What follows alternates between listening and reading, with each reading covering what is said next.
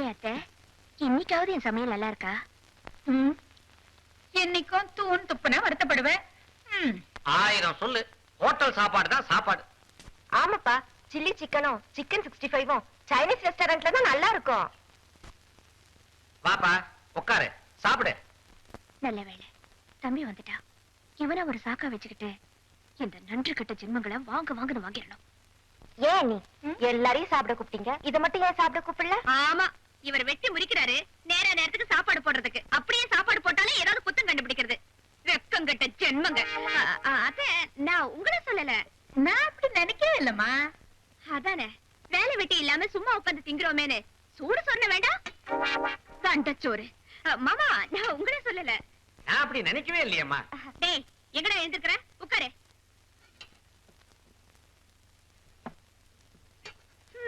இப்படி சவுடால உட்கார்ந்து சாப்பிடுறதுக்கு நான் இன்னும் எத்தனை நாளைக்கு தான் வடிச்சு கொட்ட போறேனோ. கொட்டிக்க. நான் இன்னும் சாப்பிடவே இல்ல, அதுக்குள்ள ஏன் அப்படி திட்டுற? என்ன செல்வி, தம்பிக்கு சாப்பாடு போடுறத விட்டு திட்டிட்டு இருக்க? பின்ன என்னங்க, உங்க ஒருத்தர் சம்பாதியத்துல எத்தனை பேர் வெட்டித்தனமா உட்கார்ந்து சாப்பிடுறது? இதுல கால் மேல கால் வேற. நான் ஒண்ணு கால் மேல கால் போடல, நீ ஒண்ணு திட்டு பண்ற. ஆமா, இந்த ரோஷத்துக்கு ஒண்ணும் குறைச்சல் இல்ல. நான் போறேன். டேய் உட்கார்ற, அக்கா தானே திட்டின, ஏன் ஃபீல் பண்ற? சாப்பிடு. சார் தம்பி, அக்கா சொல்றதுலயும் நியாயம் இருக்கு. உழைச்சி சாப்பிடணும் இல்லமா? ஆமாடா கண்ணா, உழைக்காம சாப்பிட்டா உருப்படவே முடியாது. அதுவும் கால் மேல கால் போட்டுக்கிட்டா தரித்திரம் வரும் இல்லம்மா? என்ன பாக்குறீங்க? நீங்க பாக்குறத பார்த்தா உழைக்கிறவங்கள பத்தி பேச இந்த ரோஷன் கட்டவங்களுக்கு என்ன யோகிதை இருக்கு அப்படின்னு கேக்குற மாதிரி இருக்கு. பாவம் எங்க அத்தையும் மாமாவும். என்ன நீ எதுக்கு எடுத்தாலும் ஏன் மண்டையை போட்டு உருட்டுற? எதுவா இருந்தாலும் நேரடியா சொல்லு. ச்சே, இந்த வீட்டுல நல்லதுக்கே காலம் இல்ல. நான் ஒண்ணு நினைச்சா நீங்க ஒண்ணு நினைக்கிறீங்க. என்ன எப்பதான் புரிஞ்சுக்க போறீங்களோ? எனக்கு ஒண்ணு புரிஞ்சு போச்சு. இனிமே இந்த கும்பலுக்கு நமக்கும் சரிப்பட்டு வராது. பேசாம நாம 2 பேரும் ரூம்லயே கொட்டிக்குவோம். என்ன? ஆமாங்க. வர்றான்.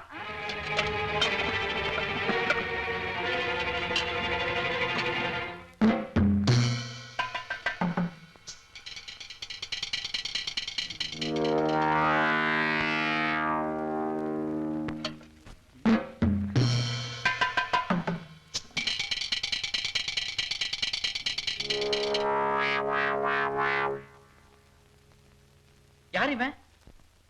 இது இவர் தம்பி.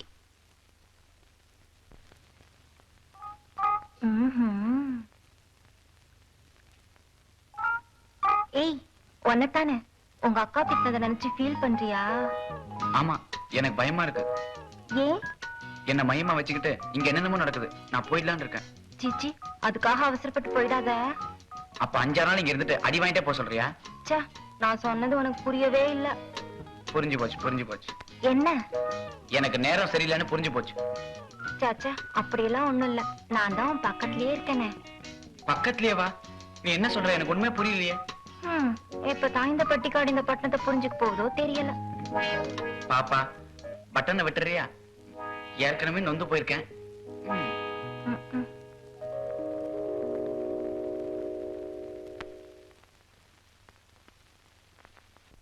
டீ கடையில் கலாட்டா.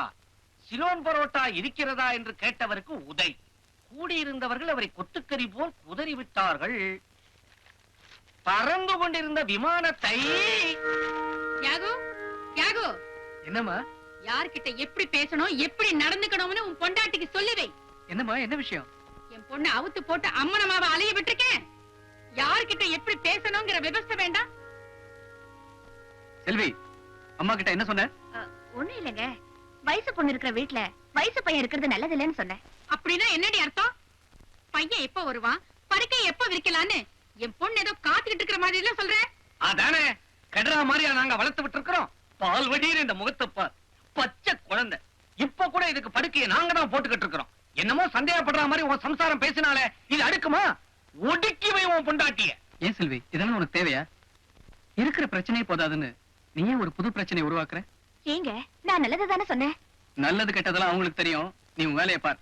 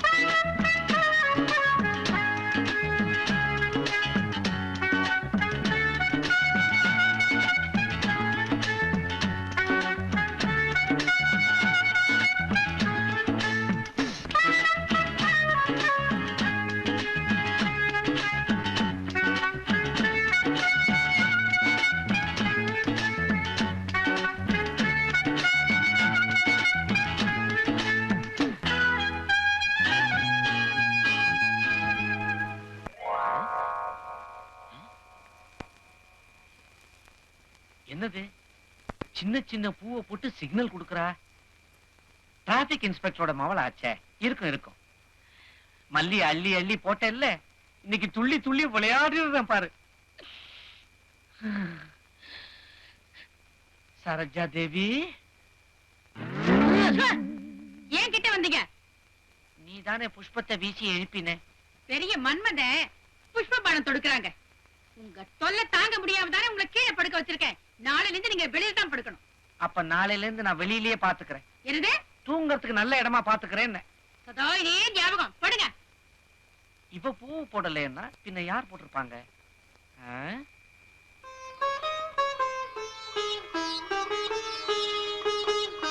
ஆஹா, சாமி படத்து மாலை உதிர்ந்து நாரா இருக்குது. கடவுளே பூமாரி புரிஞ்சிருக்காரு. அப்படின்னா இந்த வீட்டுல பெருசா ஏதோ நல்லது நடக்க போகுது.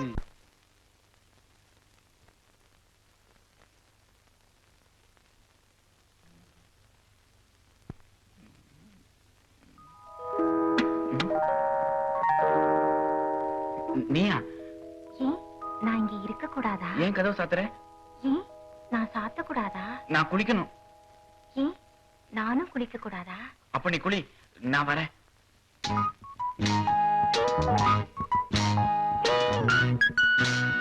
உங்க கிராமத்துல ஆம்பளையும் பொம்பளையும் சேர்ந்து குளிக்கவே மாட்டாங்களா? குளிப்பாங்க. ஆம்பளைங்க இக்கறை இல்ல, பொம்பளைங்க அக்கறை இல்ல. உங்களுக்கு தான் என் மேல அக்கறையே இல்ல. எப்பதான் இந்த பட்டிக்காடு இந்த பட்டணத்தை புரிஞ்சுக்க போதோ தெரியல.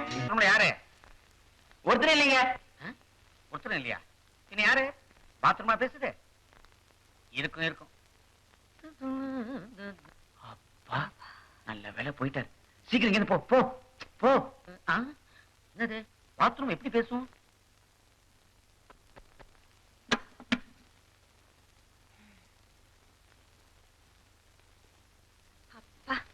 கூப்பிட்டியாமா? கொஞ்ச நேரத்துக்கு முன்னால உள்ள இருந்து ஆம்பளை குரல் கேட்டுச்சே.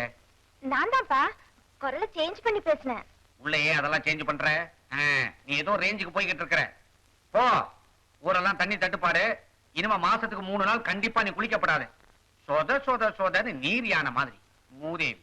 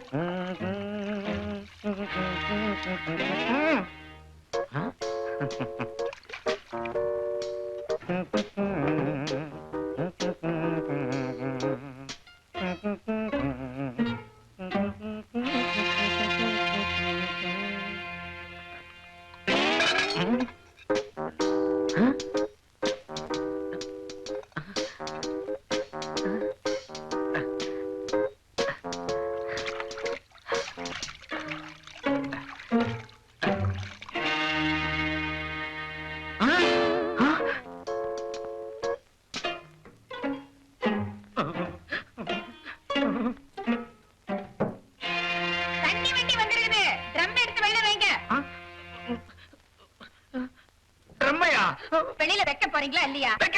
வைக்கிறேன்.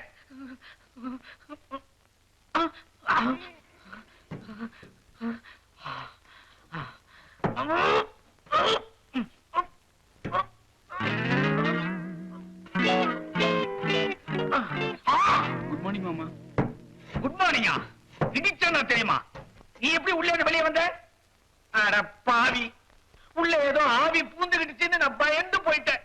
டேய், நீ எப்படா இங்க வந்த? நான் அப்பவே வந்துட்டேன். அப்பவே வா. அப்படின்னா என் பொண்ணு குளிச்சுக்கிட்டு இருந்ததை நீ பாத்தியா? அதெல்லாம் பெரிய தப்பு மாமா. அந்த நேரத்துல நான் ட்ரம்முக்குள்ள இருந்தேன். உன் பார்வை அவ மேல விழல? இல்ல கண்ணா, என் பொண்ணோட கற்பனை காப்பாத்திட்ட.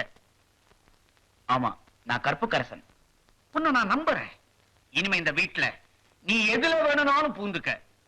கண்ணா மாமா, நீ எங்கேயோ போயிட்ட. அம்மா சரோஜா தேவி, உன் பொண்ணுக்கு மாப்பிள்ளை தேட போறேன்னு டாக்ஸில 4 நாள் பேயா அலைஞ்சியே, புடிச்சிய? விடுவனா? நான் யாரு? துரும்ப தூணாக்கி தூணை துப்பாக்கி ஆக்குறவா. வசமா புடிச்சிட்டேன். யார? டாக்ஸி டிரைவரியா? சும்மா இருக்க மாட்டீங்க? பெரிய இன்ஜினியர். மாசம் 7500 ரூபாய் சம்பளம். துபாயில என்ன கடற்குள்ள வேலை பாக்குறாரு. நல்லா விசாரிச்சியா? துபாய் கிணறுல தூரு வாரவனா இருக்க போறான். ம்? அதுக்கு இல்லம்மா, ஒருவேளை அந்த இன்ஜினியருக்கு நம்ம பொண்ணை புடிச்சு போச்சுன்னு வச்சுக்க, கல்யாண செலவுக்கு என்ன பண்ண போறோம்?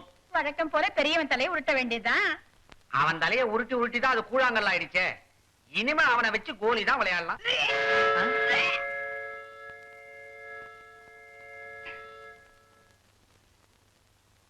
என்னது மாடியில வாந்தி எடுக்கிற சத்தம்? யாரு? வேற யாரு? நம்ம மருமகதான். கல்யாணம் ஆகி மாச கணக்கில் ஆகுதுல்ல, உண்டா இருக்கா போல் இருக்கு. அடி சக்க. பாரு அப்படி. ஏய், ஓடி போய் 10 கிலோ ஸ்வீட் வாங்கிட்டு வா. ஸ்வீட்டா? எதுக்கு? மிட்டாய் கடை வைக்கிறது. அடைச்சி அப்பாவி மாதிரி இருந்துகிட்டு நீ அப்பா ஆனது எங்களுக்கு தெரியாதுன்னு நினைச்சுக்கிட்டு இருக்கியா? மேல போய் பாரு, குற்றால நீர் வச்சு மாதிரி குடம் குடமா வாந்தி எடுத்துக்கிட்டு இருக்கா உன் பொண்டாட்டி. ஓடு ஓ. என்னங்க இப்பதான் வரீங்களா? ஏன் செல்வி, அப்பா அம்மா சொல்றதெல்லாம் உண்மையா? என்னது அதாம்மா அது. வாந்தி எடுத்தியாமே? வாந்தி எடுத்தேனா? சேச்சே, என்னம்மா நீ இந்த காலத்துல கல்யாணம் ஆகாத பொண்களே கர்ப்பம் ஆயிடுறாங்க. நீ கல்யாணம் ஆனவ ஏன் வெக்கப்படுற?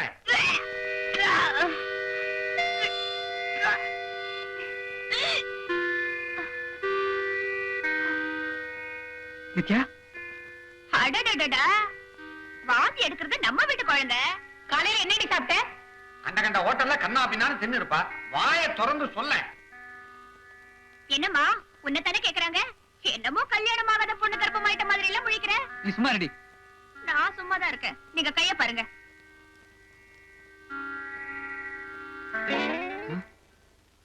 நித்யா, என்னங்க சும்மா வாந்தி தானே? நீங்க யோசிக்கிறத பார்த்தா இவளுக்கு அம்மா வாந்தியா இருக்கும் போல இருக்க. அதேதான். அடி பாவி, உன்னை கெடுத்தவன் யாரு? சொல்லு, வெட்டி விடுறேன்.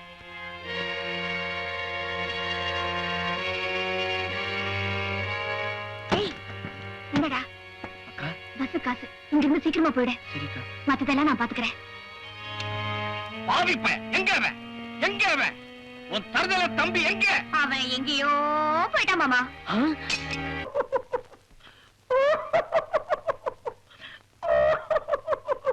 இன்ஜினியரு 7000, துபாய், என்ன கிணறு, இப்படி எல்லாம் சொன்ன. இப்ப கிணறு தூளாயிடுச்சு. இப்ப கவலைப்பட்டு என்னையா பிரயோஜனம்? பஞ்சியும் நெருப்பியும் பக்கத்துல வச்சுங்க, பத்திக்கிச்சு. நான் பத்திக்கும் அப்பவே சொன்னேன், கேட்டாதானே? நீ தீர்க்க தரிசிமா கரெக்டா சொல்லிட்ட. இந்த திருட்டு கும்பலுக்கு தெரியலையே. சுமாரியா, எல்லாம் இவனால வந்த வேதனை. அநாத விடுதலை இருந்தவரை இங்க கூட்டிட்டு வராம இருந்திருந்தா என் பொண்ணுக்கு இப்படி ஒரு நிலைமை வந்திருக்குமா? இப்போ அனாத குடும்பஸ்தனாயிட்டா, இந்த குடும்பம் அனாதை ஆயிடுச்சு. உரைக்கிறா உங்களைத்தான். சும்மா ரெடி. இவன் இப்படியெல்லாம் நடந்துக்குவான்னு எனக்கு எப்படி தெரியும்? நல்லா வாழ்ந்த ஒரு குடும்பம் நம்மளால கெட்டு போச்சே. இவனாவது நல்லா இருக்கட்டுமேனு வீட்டுக்கு கூட்டிட்டு வந்தேன். அவன் வயித்துல புள்ளைய கொடுத்து வெளியில போயிட்டான். நான் யாருக்கு நல்லது பண்ணாலும் கெடுதலா தான் புரியுது. என்ன பாவம் பண்ணணும்? இப்ப புறம்பே என்னடா பிரயோஜனம்? நான் ஆரம்பத்திலேயே சொன்னேன், பொட்ட புள்ளைக்கு ஆப்ட்ராயர் போட்டு வளர்க்காதீங்கடா.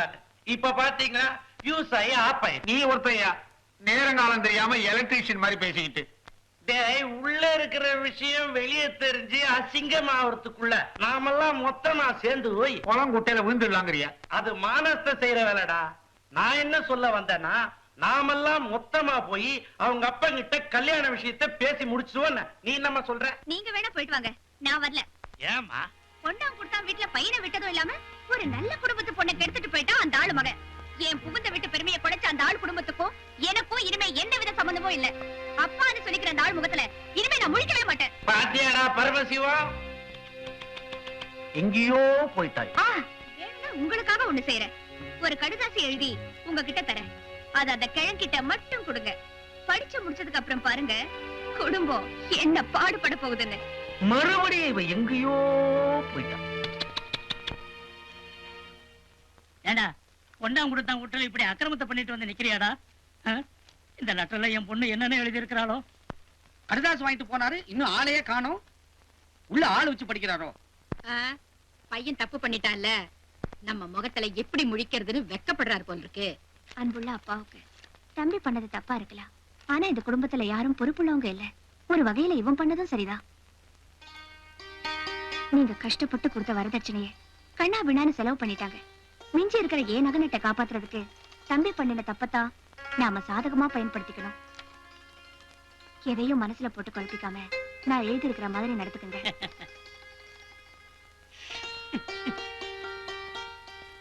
ஏய், என்ன அந்த அங்கவசத்தை ஏயா வாடி வதங்கி வருவானா வக்கனையா சாரோட வரான்.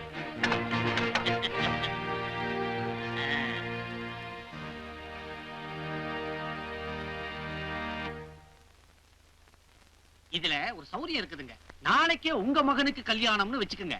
அந்த நேரத்துல இந்த மாதிரி ஒரு அட்டவணையை போட்டு சம்பந்திய மடக்கி வசூல் பண்ணிடுங்க. விட்டுறாதீங்க. ஆக பையன் தொட்டுட்டான், பொண்ணு கெட்டுட்டான். இத நான் எங்கேயோ கேட்டிருக்கிறேனே. இங்கதான் கேட்டிருப்பீங்க. மாட்டிக்கிட்டான். கோபாலா, ஏன் சார்? உங்களே இல்ல. அடே, உள்ள போய் அந்த ஃபைல எடுத்துட்டு வாடா. புளிய கரைக்குதுங்களே. இன்னும் புளிய காட்டவே இல்லைங்களே. சீக்கிரம் காட்டுருங்க. காட்டுறேன். மாட்டிக்கிட்டான். இந்தாங்கப்பா புலி. மாப்பிள, நீங்க எங்கேயோ போயிட்டீங்க. ஆமா, என்னது? அன்னைக்கு நீங்க தானே சொன்னீங்க புள்ளைய பெத்தவன் எல்லாத்தையும் சப்ஜாடா பண்ணி வைக்கணும்னு. சப்ஜாடா பண்ணி வச்சிருக்கிறேன். இந்த ஃபைல் 1963 வருஷம் அக்டோபர் மாசம் 25ஆம் தேதி வாங்கினது. கொஞ்சம் இருங்க. ஏங்க, நாங்க அன்னைக்கு வாங்கின வரதட்சணை அப்படியே திருப்பி கேட்க போறீங்களா? அதேதான். சபாஷ், சரியான போட்டி. யோ, இங்க என்ன வஞ்சி கோட்டை வாலிபம் பணத்தையா ஓட்டிக்கிட்டு இருக்கிறோம்? இது வாழ்க்கை பிரச்சனையா?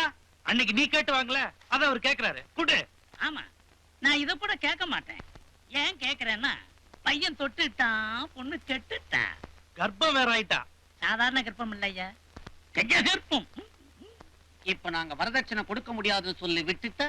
அப்பா இல்லாம குழந்தை பிறக்கும், தப்பா பேசுவாங்க, பரவாயில்லையா? முழிக்கிறீங்க, முழிங்க. இப்போ தெரியுதா வரதட்சணை வாங்குறது எவ்வளவு பெரிய தப்புன்னு? அந்த ஆள் கொடுக்கும்போது எவ்வளவு கஷ்டப்பட்டிருப்பான். அதே கஷ்டத்தை அப்படியே படுங்க. ஏயா வளவளன்னு பேசிக்கிட்டு பைசா கொடுத்தா கல்யாணம், இல்லன்னா பையன் ஃபாரினுக்கு போயிங்களா கோயிங்.